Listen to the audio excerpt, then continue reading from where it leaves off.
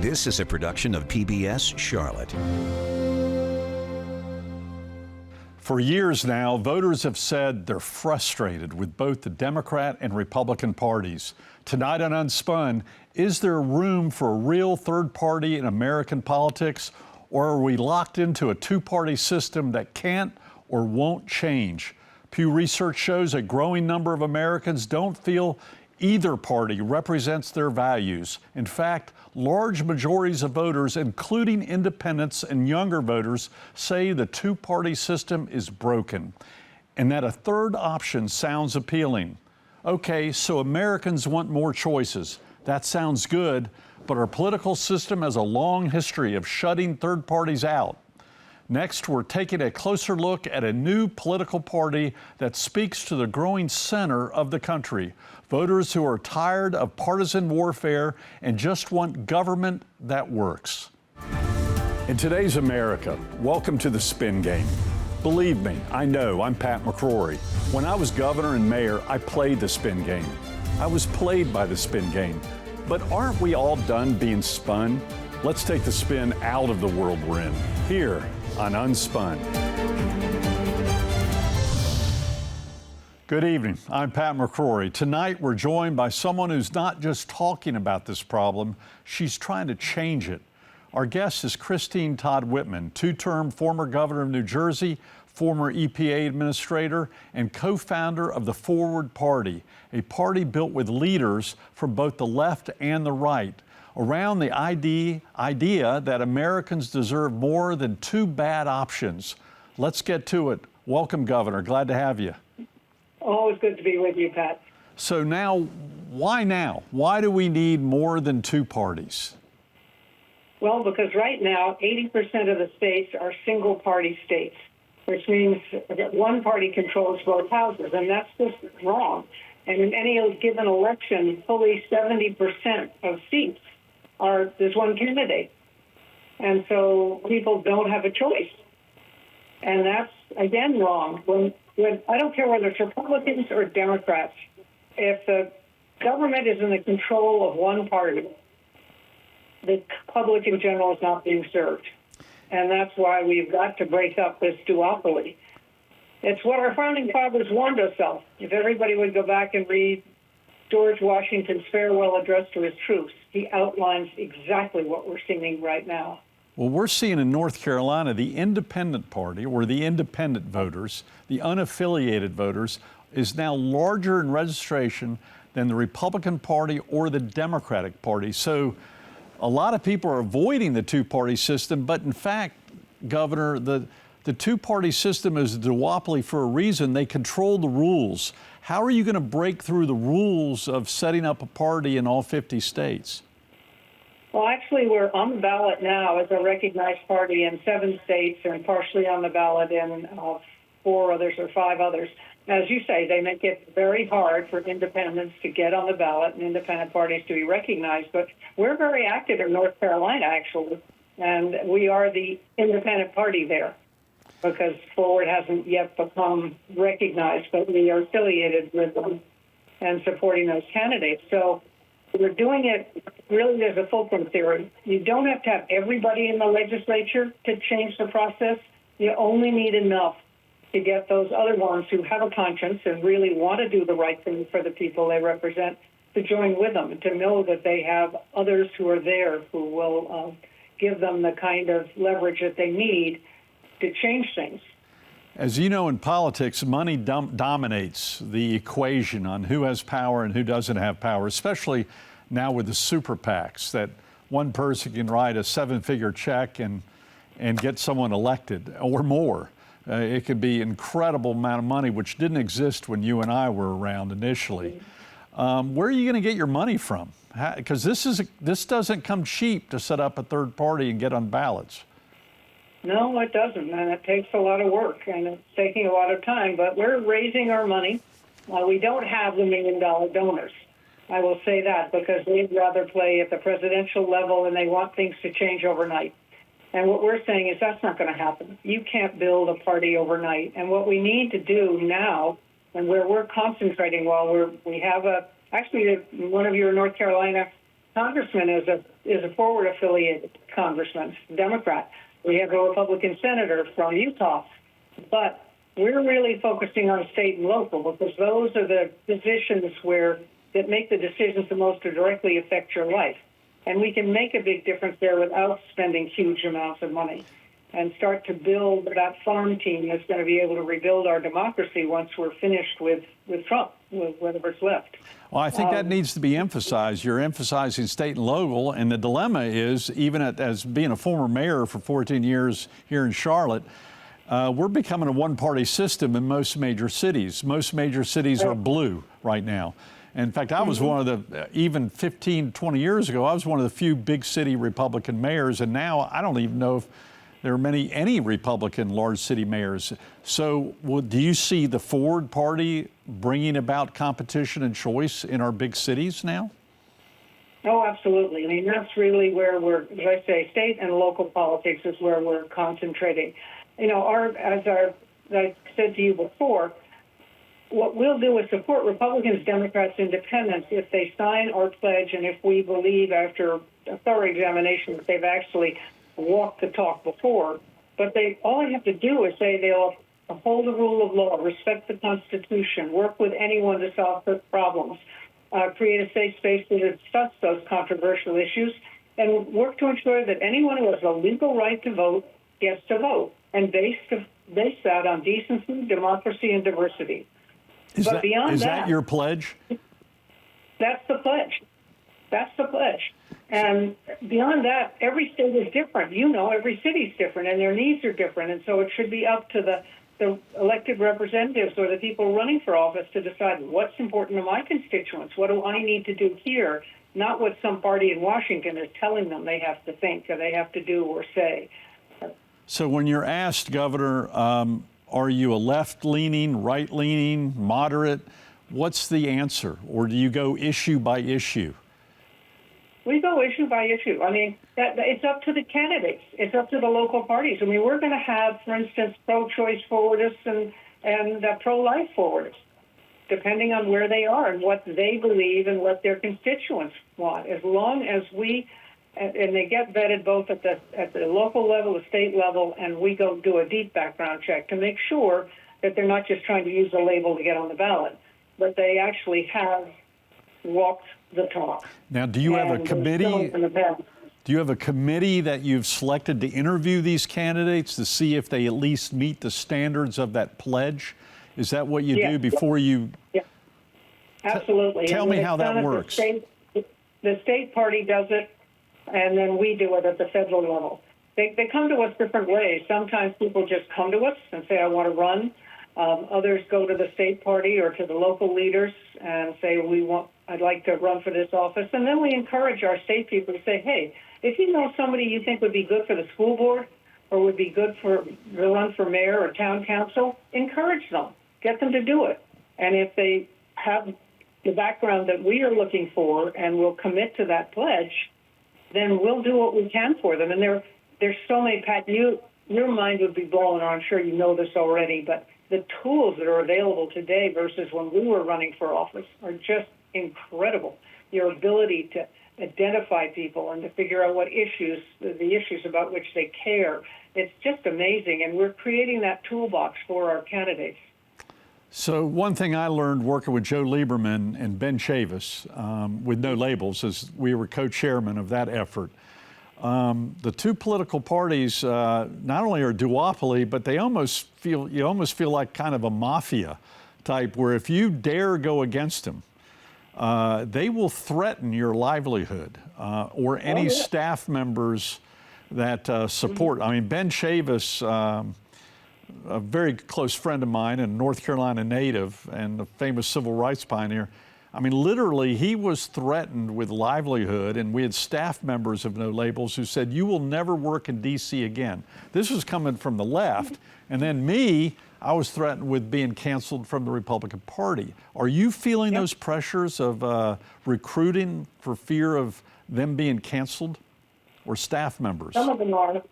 But what we're saying and what gives them, if they're the kind of people we want, what makes a difference for them is they know we'll have their back, because with all of that No Labels did and is doing, which is great, and the Problem Solvers Caucus, but the presidential thing didn't work out because there wasn't the infrastructure underneath to be there to support the candidates, and that's what we're doing. That's the difference. We're building an infrastructure, and it's tough. I mean, here in Arizona, which is where I am for the winter, to get on the ballot as a Republican or Democrat, you need 5,000 signatures.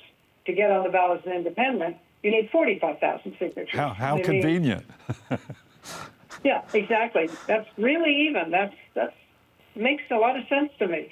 No, it's just extraordinary. And once people start hearing that, they get mad. To a great degree, they didn't really understand the control that the parties have doing what you said, that they will basically cancel you. I mean, I was told after I won my re-elect in 97, that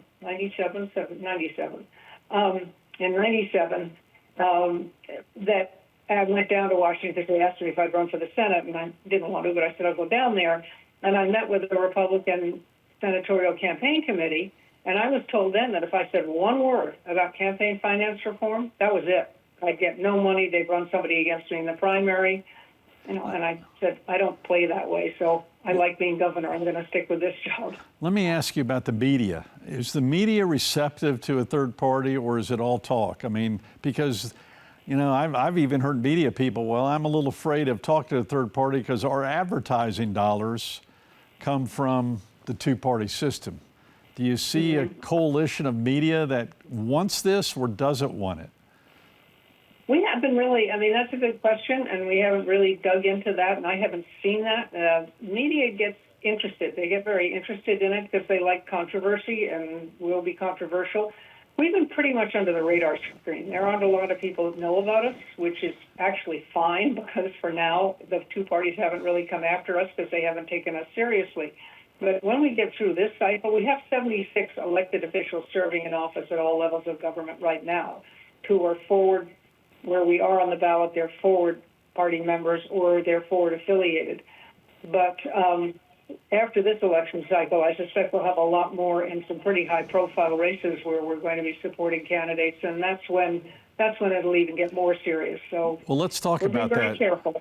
In the final minute here, where are some success stories, both now and possibly in the future, that you can tell the people of North Carolina here and South Carolina? Well, North and South Carolina are some of our best organizations, some of our forward organizations, and you will find local candidates.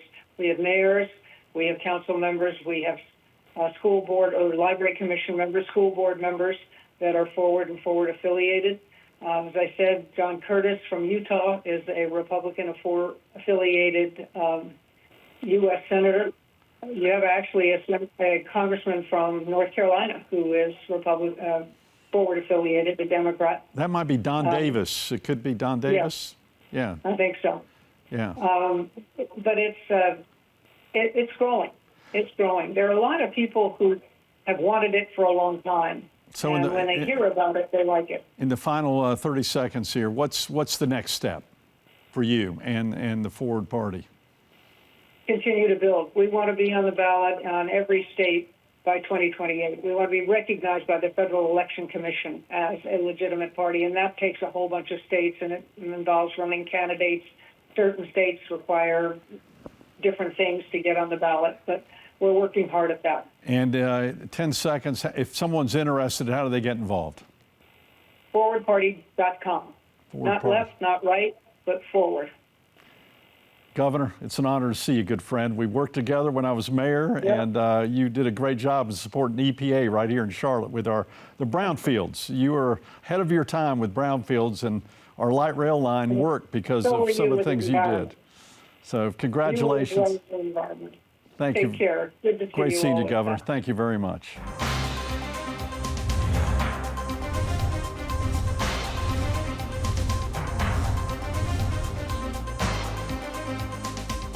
All right, we've got the Unspun Top 5 Countdown, the top 5 reasons third-party efforts tend to fail in our country and in our state.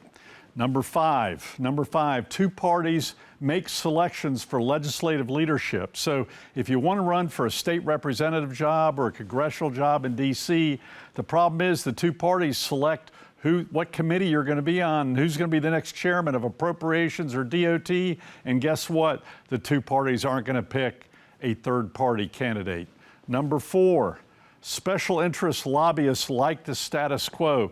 Listen, lobbyists don't like change. They like to know who they give support to and who they give their money to. A third party only confuses things for the special interest lobbyist. Number three, third party registered voters in many states cannot vote in primaries. Guess who makes that rule? The two parties. How convenient. Number two, career threats against anyone who works for a third party. Believe me, I know this, working with No Labels in the past, especially in D.C. If you're a staff member and you work for a third party, they will tell you flat out, you will never work in D.C. again. Wow, sounds like the mafia. Number one, this is the best. The two parties make the rules on getting on the ballot. How convenient.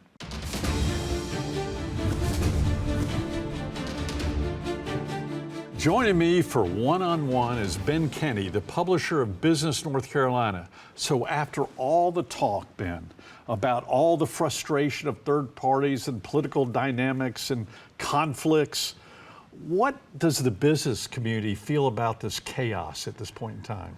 So, Governor, thanks for having me on. I really appreciate problem. it. And congratulations with the show. Oh, thank you very much. So, being publisher of Business North Carolina is, I'm a lucky guy because I get to go out and talk to business leaders across the state about, take their temperature about what's going on in the economy. One of the things that our magazine does is cover the people, the places, the trends that make up our state's very diverse and great economy. And we ask, how's business? What's going on? What do you think about all this stuff? With the tariffs and everything else. Absolutely. And the one thing that businesses want is certainty. If you're going to invest, if you're going to hire people, you want to be able to plan down the road to know what the economy looks like. Right. You can't do it day by day. And so they want certainty more than anything. And when you throw in uncertainty, there's a little bit more of a fear of doing those things in terms of investing in your company. So that's what we're seeing a lot of. I had one executive tell me something about all this because we do an economic forecast, and he said, man, I'm just putting blinders on right now and trying to focus on the business at hand. So I think our folks are starting to do that a little bit more. It's obvious North Carolina is still the #1 state for business, so we're doing something right? Right. But the uncertainty can only last for so long. Right. What about you? What are you hearing? Well, I still hear labor being an issue, especially in the trades. Right. How I'm going to find the plumbers and the HVAC people Skilled and labor. the technicians, and they're begging for labor, construction workers. That continues to be. And I think the other big question is AI. Right. I think there's uncertainty, not political uncertainty, but political uncertainty regarding, will I need paralegals? Will I need lawyers? Will I need accountants? Can I cut those people? And I'm seeing executives, for example, using AI to answer their mail. I mean, really. Right. In fact, the late Doug Lebda, a very close friend of mine who I hate to see passed away, tragically killed in an accident, he was telling me the week before he passed that he was using AI to answer his emails. Right. It makes total sense. And in some cases, it's a good thing they're using the AI to write those emails because they make more sense. Right. I'm just kidding. Well, plus it's a time management thing. Right. Because he gets hundreds and thousands of emails. I'd be curious if I was governor today or mayor today, how I would be using AI, and would I need all the different communications specialists, or would I just go, heck, I'll just ask AI. Do you know how AI? Do you know how it kind of helps the folks in the media? Because we're one of the folks that really comes to. It's like, well, the stories will write themselves. And that's yes and no. There's an ethics issue with you in the media regarding that, too. Absolutely. But I will tell you where, in terms of doing research, which a lot of companies do, it really takes up the slack in terms of that portion of what we do. And so if you're a researcher, for a news publication or something like that, that's something that has you to worry. Well, it makes me wonder now, politically, with all these campaigns coming up, we used to have to hire and spend a lot of money on opposition research. Right. Now I'd go, the heck with that. I'll just ask AI Tell me everything there is to know about this candidate that's running against me.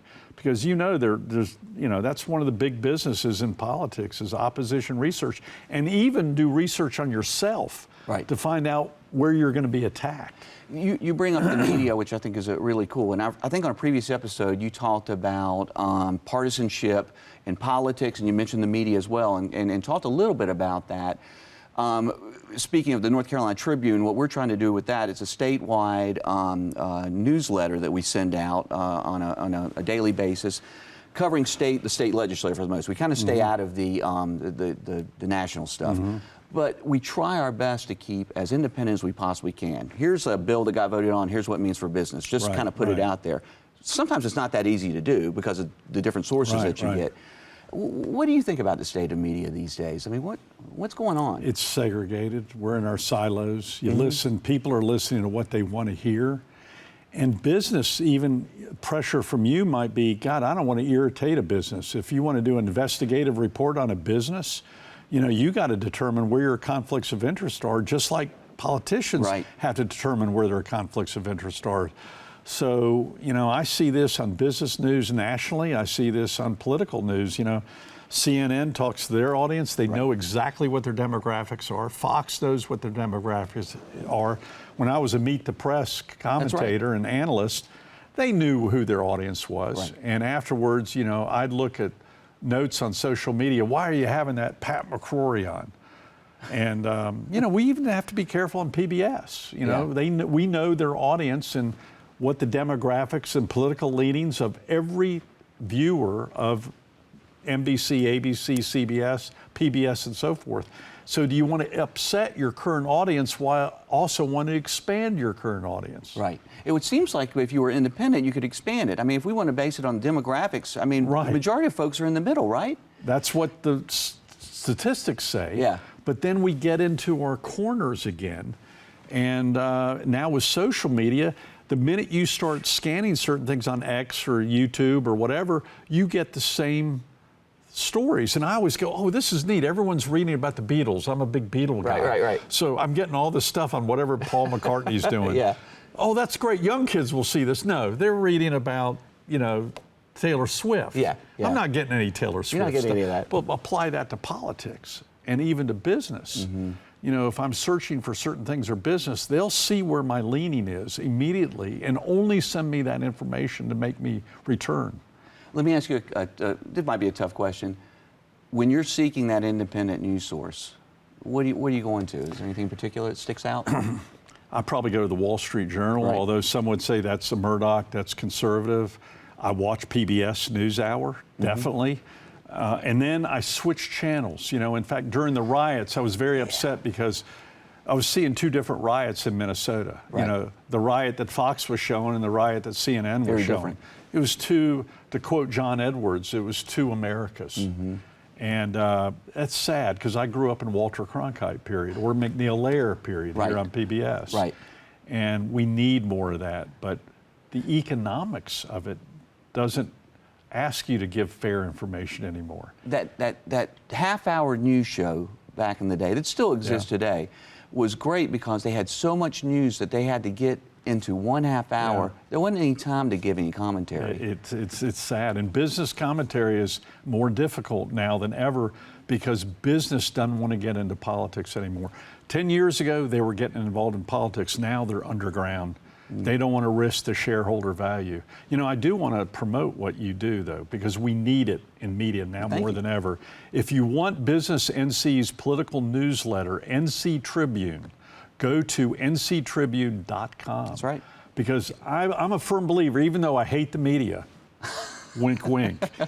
When they attack me, I hate them. When they're with me, I love them. But we need more media now more than ever, actually, because that helps transparency. Well, thank you. We appreciate it. We've been doing it for 45 years and hope to do it for another 45. It's an honor to have you on One-on-One Unspun. Great Thank to you be very here. much. Thanks.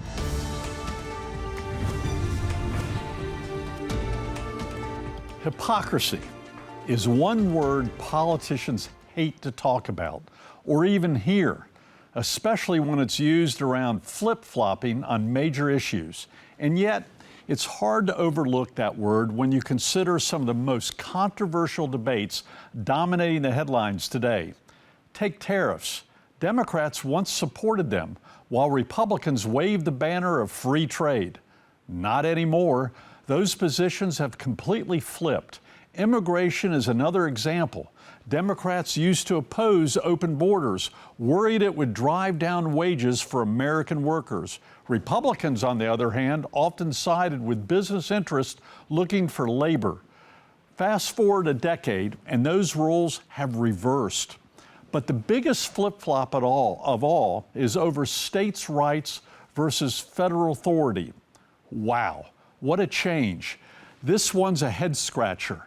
On immigration enforcement, Republicans now support the federal government sending troops into American cities, while Democrats argue states should resist enforcing federal law. Then there's voting. President Trump has actually floated federal control over elections, and suddenly Democrats are the ones loudly defending constitutional state authority. Now, there's nothing wrong with changing your mind on an issue, or as President Obama once put it, evolving. But what we're now seeing isn't evolution, it's inversion. These aren't small policy tweaks. They're fundamental reversals of how liberals and conservatives used to define themselves. And that's the real issue. When political labels lose their meaning, voters lose their compass. Debate turns into branding, principles turned into tactics, and hypocrisy becomes just another strategy instead of a warning sign. In today's political environment, the old definitions no longer apply, and neither party seems eager to admit it. That confusion isn't accidental, and it's not healthy for democracy. Well, that's the truth as I see it. Thanks for watching Unspun, where we tell you what politicians are thinking but not saying. Good night, folks.